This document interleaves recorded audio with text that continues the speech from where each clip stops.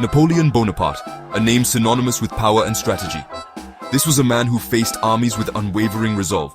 He pursued his ambitions relentlessly. He believed he had witnessed every challenge, but he was mistaken. I've conquered Europe. What could be more difficult? Napoleon's military expertise was unparalleled. From the battlefields of Italy to the pyramids of Egypt, he was relentless.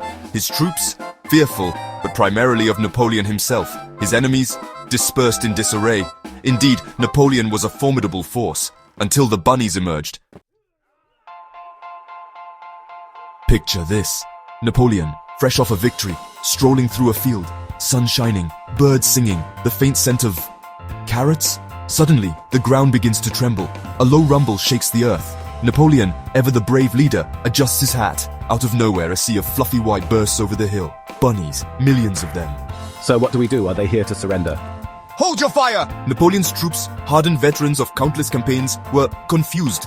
Was this some new form of psychological warfare? Were the bunnies there to surrender? Napoleon, ever the pragmatist, ordered his men to hold their fire. Big mistake, Napoleon. Huge. What Napoleon didn't realize was that these weren't your average carrot-munching bunnies. Oh no, these bunnies had been planning this for centuries. They were organized, disciplined, and their cuteness, a deadly weapon. They swarmed Napoleon's troops, a tidal wave of fluff and fury. Forward, my fluffy warriors, show no mercy! The element of surprise was on their side. Before Napoleon's men could even unsheath their bayonets, they were tripping over bunnies, covered in bunnies, and quite frankly, feeling a little guilty about even considering fighting bunnies. But these bunnies, they meant business. That's French for run away.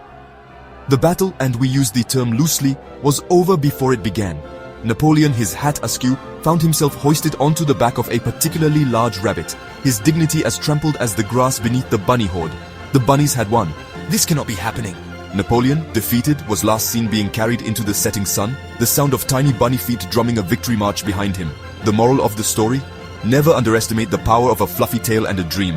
As for the bunnies, well, some say they're still out there, a silent, watchful force, their fluffy paws poised to shape world events from the shadows. And if you see a carrot patch rustling in the breeze, don't worry, it's probably nothing. Probably.